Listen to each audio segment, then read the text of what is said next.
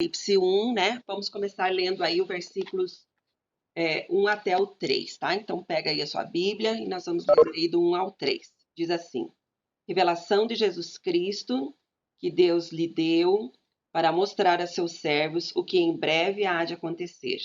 Ele enviou o seu anjo para torná-la conhecida ao seu servo João, que dá testemunho de tudo o que viu, isto é, a palavra de Deus e o testemunho de Jesus Cristo. Feliz aquele que lê as palavras desta profecia e felizes aqueles que ouvem e guardam o que nela está escrito, porque o tempo está próximo. Esse livro, né, o livro do Apocalipse, ele apresenta Jesus Cristo como o nosso rei triunfante. Então, ele vai apresentar a vitória de Jesus, vai apresentar a vitória de Deus, vai apresentar a vitória do reino de Deus. Algumas considerações. Para quem que foi escrito esse livro? Para as 7 igrejas da Ásia. Ele, né, tinha um destinatário aí. Por quem foi escrito? João, né, por o apóstolo João que escreveu. Em qual momento histórico? Por volta do ano 95, quando o apóstolo João estava preso na ilha de Patmos e a igreja continuava sendo perseguida. Por quê? Esse livro foi escrito. Porque os oficiais romanos queriam obrigar os cristãos a adorar o imperador e as falsas doutrinas e tentavam os cristãos a se envolverem com a sociedade pagã. Então, existia uma pressão, existia uma perseguição para que as pessoas deixassem o evangelho, deixassem o cristianismo e se voltassem ao paganismo, né? Para quê? Então, para que é que foi escrito esse livro? E aqui eu quero chamar um pouquinho mais a atenção de vocês. Para assegurar aos cristãos que Cristo conhece as suas condições e para chamá-los a permanecer firmes contra todas as tentações, pois a vitória dos cristãos já foi assegurada pelo sangue do Cordeiro, que voltará em breve para derrotar Satanás e todos os seus agentes, e o seu povo desfrutará da paz eterna em sua presença. Então, para quê? Para que a gente tenha segurança da vitória de Cristo. Foi para isso que esse livro foi escrito. Tá? Então, a gente precisa entender que esse livro nos traz segurança, esse livro nos traz a vitória do Senhor. Agora, talvez a pergunta mas nós vamos passar por dificuldades? Vamos passar por tribulação? Vamos enfrentar as dificuldades, né? Estamos aí nesses tempos aí de isolamento e tudo mais. A gente pensa, essas coisas vão nos atingir ou não vão nos atingir? Tudo isso é o que nós vamos estudar dentro desse livro, tá? Então, é isso que nós vamos falar. É uma revelação de Jesus Cristo. E aqui, então, Jesus fala ao anjo, o anjo vai falar para João e João para as igrejas.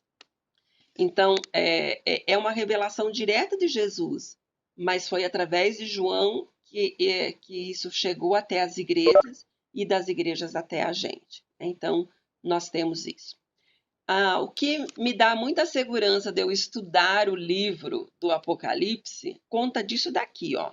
Que ali dentro, no versículo 3, diz que são bem-aventurados os que leem o livro, bem-aventurados os que ouvem da palavra de Deus e bem-aventurados os que guardam, tá? Os que guardam a palavra. A palavra de Deus mesmo vai dizer que não é necessário que a gente entenda, certo? Está dizendo que a gente precisa ler, a gente precisa ouvir e a gente precisa guardar.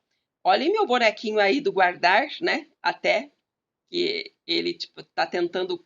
Sabe quando a gente tenta lembrar alguma coisa, tenta memorizar? Não é isso. É mais ou menos assim que ele está querendo dizer. Apocalipse 1:11, que dizia: escreve num livro o que você vê e envia a estas 7 igrejas: Éfeso, Esmirna, Pérgamo, Tiatira, Sardes, Filadélfia e Laodiceia. Então está dizendo ali que ele deveria, aquilo que ele estava vendo, ele deveria escrever, e aquilo que ele estava escrevendo, ele deveria ser enviado. Então, aqui a gente vê também que isso não é algo que é para eu guardar só para mim. Falar para as outras pessoas aquilo que está escrito aqui. Alguma relação que a gente tem, que a gente vai ver entre o Gênesis e o Apocalipse. E aqui eu vou passar rapidinho e depois aí eu volto para fazer algumas considerações, tá? Entre o Gênesis e o Apocalipse. No princípio criou Deus os céus e a terra, e no Apocalipse vai dizer, então, vi novos céus e nova terra. No Gênesis nós temos, e chamou mares à conjunção das águas. No Apocalipse dizia, e o mar já não existe. No Gênesis as trevas chamou noite, e no Apocalipse lá já não haverá noite. Em Gênesis Deus fez os 2 grandes luzeiros, em Apocalipse a cidade não precisa nem do sol nem da lua, pois a glória de Deus a iluminou. Em Gênesis nós vemos, no dia em que dela comeres, morrerás. No Apocalipse nós vemos, não haverá mais morte. Em Gênesis, multiplicarei sobremodo as tuas dores. No Apocalipse, não mais haverá sofrimento. Em Gênesis, maldita é a terra por tua causa. Em Apocalipse, não haverá mais maldição. Em Gênesis, Satanás aparece como enganador da humanidade. Em Apocalipse, Satanás desaparecerá para sempre condenado. Em Gênesis, foram afastados da árvore da vida. No Apocalipse, reaparece a árvore da vida.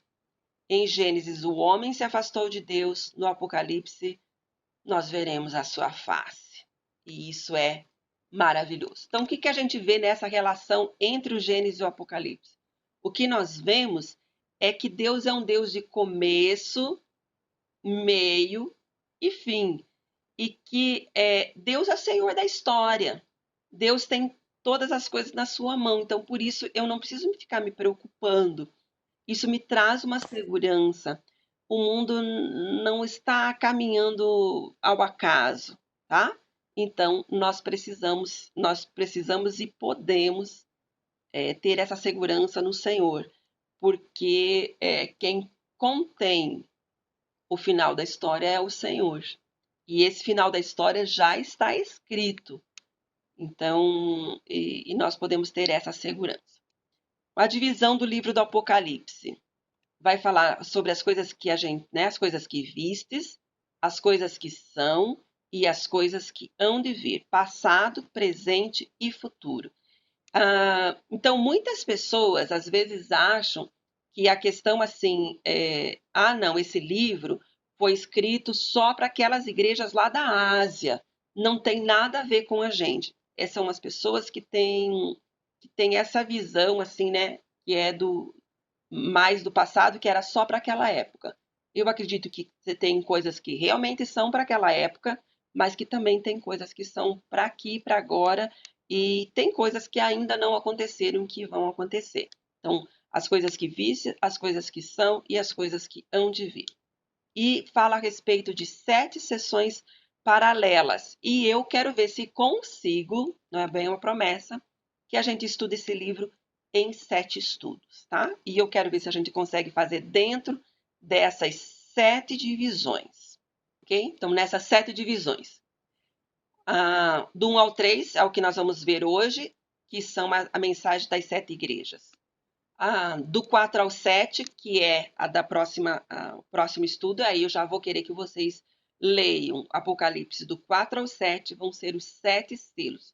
Vai falar sobre a perseguição do mundo à igreja. As 7 trombetas é o juízo parcial do mundo. Então, nas 7 trombetas ainda não é o juízo final, é o juízo parcial, porque vocês vão ver lá que vai acontecer o juízo sobre 1/3 da terra. João estava na ilha de Patmos, tá? É aqui, bem no meio aqui, tá? Que é a ilha de Patmos, né? Então, ó, vê, a Itália está aqui, aqui é a ilha de Patmos, aqui é onde João estava.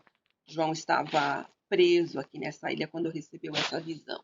Então, as coisas que vistes, né? Então, está falando a respeito do remetente.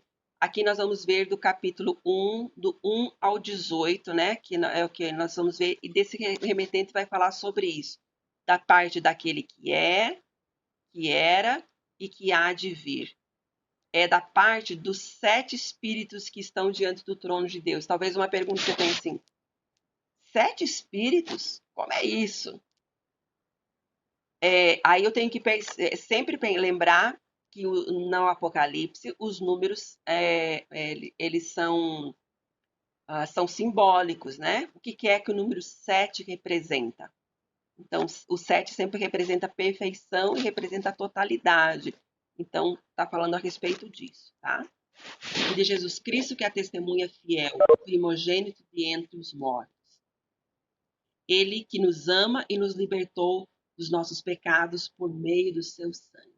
E nos constituiu reino e sacerdotes para servir ao seu Deus. Quando fala a respeito no versículo 7, vamos ler lá, versículo 7, 1:7, diz lá: Eis que ele vem com as nuvens, e todo olho verá, até mesmo aqueles que o traspassaram, e todos os povos da terra se lamentarão por causa dele. Assim será. Amém. Então, quando fala a respeito da volta de Jesus, está falando que todo olho verá, que até mesmo os que o crucificaram, e vai falar que todos os povos se lamentarão. Eu não quero estar no meio dos povos que se lamentarão. Eu vou estar no outro grupo, daqueles que se regozijarão com a volta de Jesus. Por quê? Porque eu creio que ele é meu Salvador. E é isso que deve estar sempre no nosso coração, né? Aí João diz: E virei-me para ver quem falava comigo. E virando-me, vi 7 castiçais de ouro. Então ele viu 7 castiçais, 7 candeeiros de ouro. O que representa esses 7 candeeiros de ouro, 7 castiçais? São as 7 igrejas. E como é que eu sei que esses 7 candeeiros são as 7 igrejas? É só vocês olharem ali, quando vai falar no versículo 20, tá? 1:20. Este é o mistério das 7 estrelas que você viu em minha mão direita e dos 7 candelabros. As 7 estrelas são os anjos das 7 igrejas e os 7 candelabros são as 7 igrejas. Okay? Então, ali a gente consegue ver dessa forma. Devemos ser porta-luz, né? O candeeiro, o candelabro, ele contém a luz. Então, eu devo ser a luz do Senhor. E o Senhor se manifesta, né, através das igrejas. João viu a Jesus através da igreja. O que isso significa? Aí serve para a gente pensar se nós, como igreja, estamos realmente mostrando Jesus. O que é que as pessoas estão vendo? Nesse tempo de quarentena, o que é que as pessoas estão vendo a respeito da igreja de Jesus? A igreja de Jesus está mostrando esperança, está mostrando fé, está mostrando que Jesus é o soberano, está colocando a sua fé em Jesus? É isso que nós precisamos mostrar. Um retrato de Jesus, agora eu quero que a gente leia ali, Apocalipse, no Apocalipse capítulo 1, aí, ainda estamos ali, e nós vamos ler a partir do versículo 12. E virei-me para ver quem falava comigo, e virando-me, vi 7 castiçais de ouro, e no meio dos 7 castiçais, um semelhante ao Filho do Homem, vestido até aos pés de uma roupa comprida, e cingido pelos peitos com um cinto de ouro. E a sua cabeça e cabelos eram brancos como lã branca, como a neve, e os seus olhos como chama de fogo. E os seus pés, semelhantes a latão reluzente, como se tivessem sido refinados numa fornalha, e a sua voz, como a voz de muitas águas. E ele tinha na sua destra 7 estrelas, e da sua boca saía uma aguda espada de 2 fios, e o seu rosto era como o sol, quando na sua força resplandece. E eu, quando vi, caí a seus pés como morto, e ele pôs sobre mim a sua destra, dizendo-me: Não temas, eu sou o primeiro e o último. Eu que vivo e fui morto, mas eis, aqui estou vivo, para todo sempre. Amém. E tenho as chaves da morte e do inferno. Escreve as coisas que tens visto, e as que são, e as que depois destas hão de acontecer. O mistério das 7 estrelas que viste na minha destra, e dos 7 castiçais de ouro. As 7 estrelas são os anjos das 7 igrejas, e os 7 castiçais que viste são as 7 igrejas. Então, aí tem um retrato a respeito de Jesus e tem várias citações que depois nós vamos ver novamente no capítulo 2 e no capítulo 3, quando Jesus se apresenta. E eu coloquei aqui um possível significado. Então, quando fala das vestes, nós vamos ver que essas vestes, né, vai falar a respeito de Jesus sendo sacerdote, sendo rei. Fala a respeito dos seus cabelos, então mostra a sua santidade, sua majestade, sua justiça. Fala dos seus olhos, né? Então, os olhos um chama de fogo, então vai falar a respeito da onisciência, que o Senhor vê todas as coisas, ele sabe de todas as coisas. Os seus pés como de bronze, bronze sempre significa julgamento. Voz vai mostrar, né, o poder e a majestade. Na sua mão ele segura as 7 estrelas, então mostra a proteção. Na sua boca então é a palavra, tem a espada, né? Então fala a palavra final de juízo. O seu rosto mostra o Cristo glorificado e depois fala que ele é o primeiro e o último. Então ele é o criador e consumador de tudo. E por isso eu posso ficar segura nas mãos do Senhor e eu posso estar realmente confiando nesse Cristo que é o Alfa e o Ômega. Então, ele tinha nas suas mãos as 7 estrelas. As 7 estrelas aí já vimos, né, que são os 7 anjos das igrejas. Às vezes as pessoas não conseguem definir muito bem o que é que são esses 7 anjos, que poderiam ser anjos mesmo, ou poderiam ser os ministros daquelas igrejas lá. Tá? Então, são ministros das igrejas ou mensageiros. Eu coloco uma pergunta porque isso não tem uma definição clara dentro da Bíblia. E eu, quando vi, caí a seus pés como morto. E ele pôs sobre mim a sua destra, dizendo-me: não temas. Eu sou o primeiro e o último. Sou aquele que vive. Estive morto, mas agora estou vivo para todo sempre. E tenho as chaves da morte e do inferno. E eu acredito que muito da mensagem do que o Apocalipse quer dizer, ele quer dizer isso. Não temas. Por isso eu acho que é muito legal a gente estudar o livro do Apocalipse, para que a gente tenha certeza e tenha confiança renovadas no Senhor. Né? Porque ele diz, não precisa ter medo. Ele é o primeiro e ele é o último. Ele esteve morto, mas ele vive, ele ressuscitou. E ele nos promete também a ressurreição. E ele nos promete novos céus e nova terra e nos promete estar com ele. Por isso, nós podemos ficar tranquilos. Muitas vezes vai aparecer esse número 7. Nós vamos estudar, então, esses números 7 durante esse tempo. Né? Então, nós vamos estudar várias vezes o que vai aparecer esse número 7 aqui. Males que assombram a igreja. E eu quero que vocês anotem quais são os 7 males que vão assombrando a igreja, para que a gente, no final dessa aula de hoje, a gente faça uma reflexão em cima desses 7 males, tá?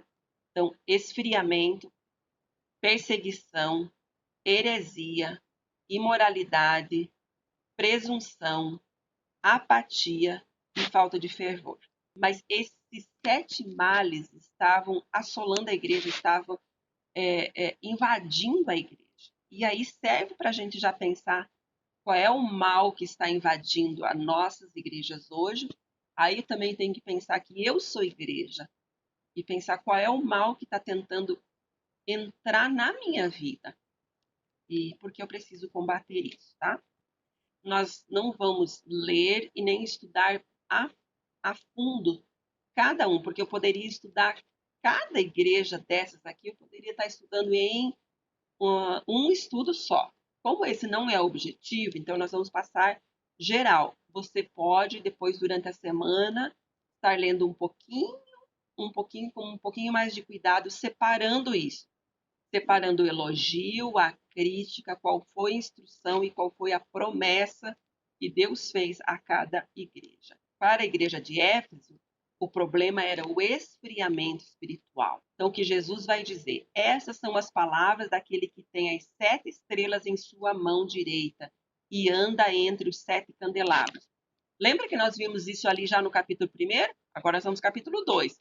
Mas no capítulo 1, quando João viu a Jesus, e Jesus se mostra, ele se mostra como aquele que tem as 7 estrelas na sua mão. Então, ele está mostrando a respeito disso, está falando a respeito disso. Eu conheço, e ele vai dizer, lembra-te, arrependa-te e volta.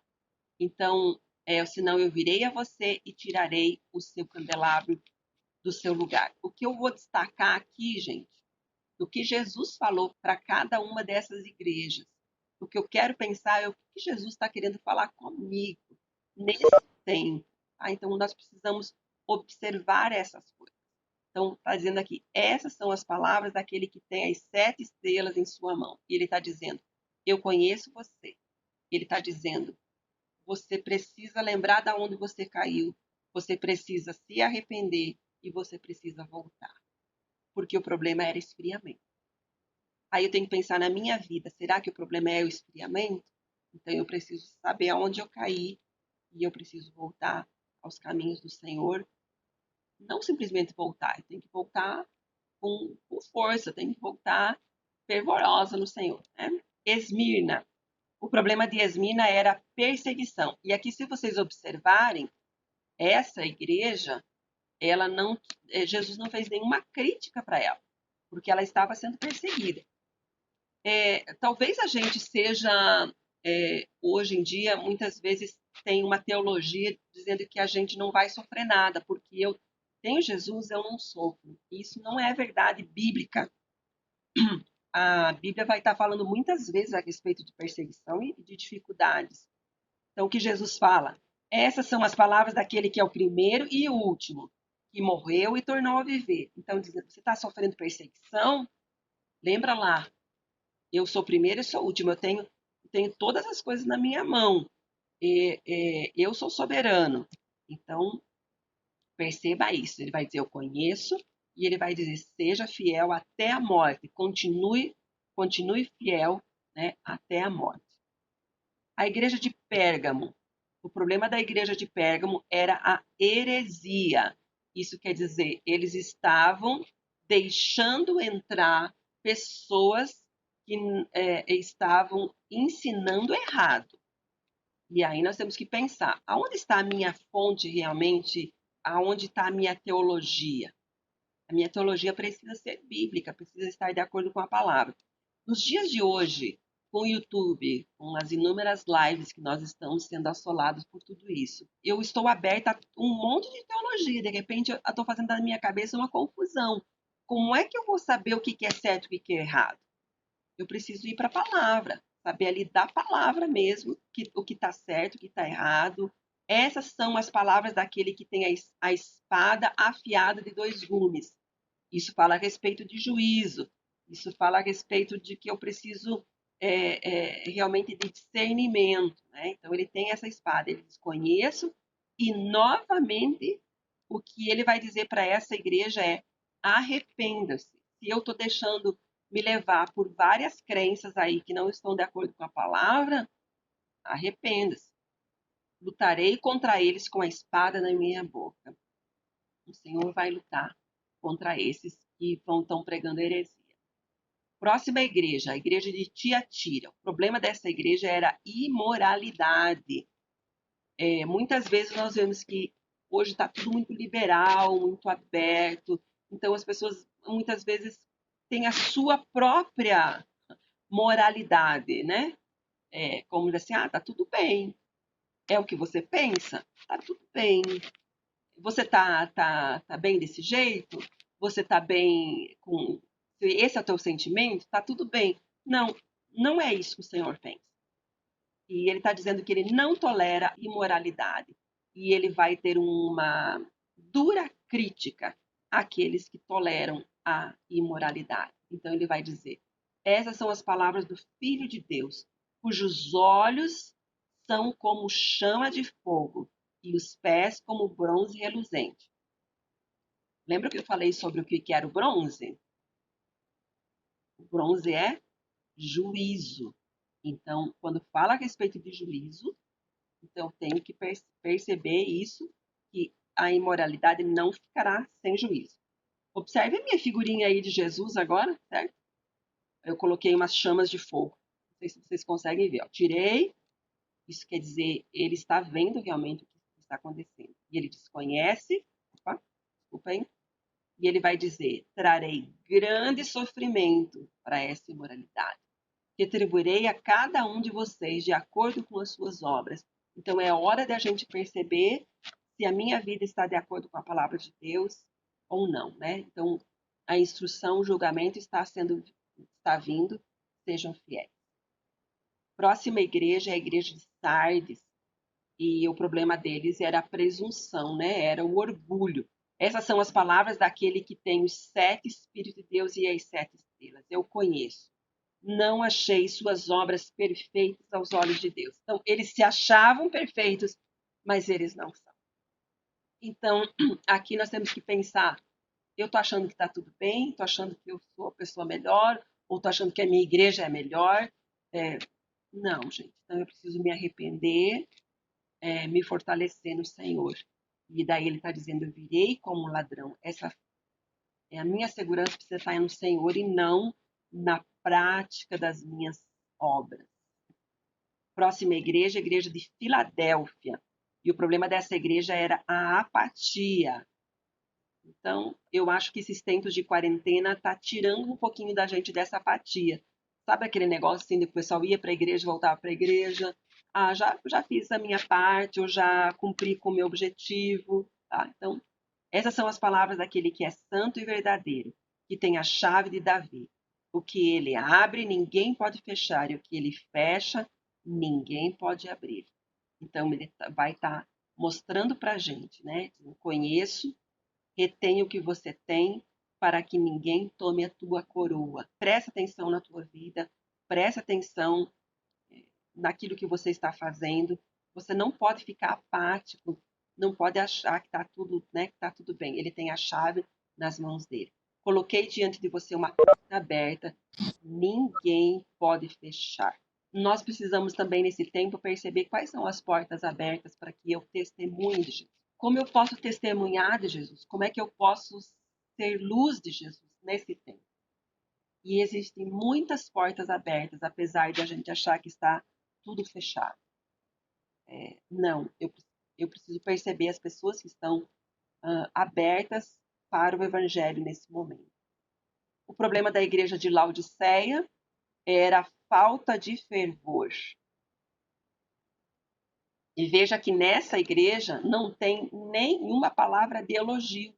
Jesus não faz nenhuma palavra de elogio para ele. Essas são as palavras do Amém, a testemunha fiel e verdadeira, o soberano da criação de Deus. Eu conheço você. Repreendo e disciplino aqueles que eu amo. Apesar dessa falta de fervor, ele ainda está dizendo, se eu estou disciplinando, é porque eu amo. E ele vai dizer, arrependo-se novamente. Né? Estou a ponto de vomitá-lo da minha boca. Quer dizer, a coisa está muito feia, mas ainda eu estou dizendo para você, arrepende-se e volte ao Senhor. Né? Arrepende-se e tenha uma vida transformada. Então, dessas 7 igrejas, nós vemos que elas foram assoladas por esses males que estavam alcançando aqui. Então, essas 7 igrejas. E se nós pararmos para pensar, nós temos que pensar o que é que estava acontecendo com essas igrejas, o que é que estava acontecendo, o que é que está acontecendo com a igreja no mundo nesses dias e o que é que está acontecendo com a minha vida. Então, aí eu tenho que pensar um pouquinho sobre isso, sobre que tipo de mal está acontecendo na minha vida e é a hora de eu me arrepender. Vocês prestaram atenção quantas vezes Jesus vai dizendo, arrepende-se, volte, né? Veja lá onde você caiu, arrepende-se. Essa é muito a mensagem do livro do Apocalipse. É uma mensagem de arrependimento.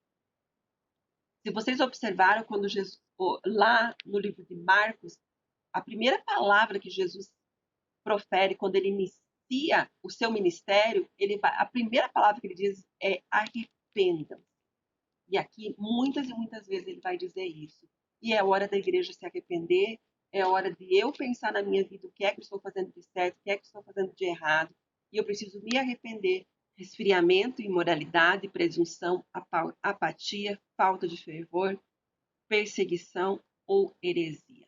Sonda um pouquinho a tua vida nesse momento, para que você possa perceber o que é que está, qual é o mal que está vindo sobre a tua igreja, qual é o mal que está vindo sobre a tua vida pessoal. Você é a igreja, você é templo do Senhor, para que a gente possa se arrepender e possa voltar aos caminhos do Senhor. Amém?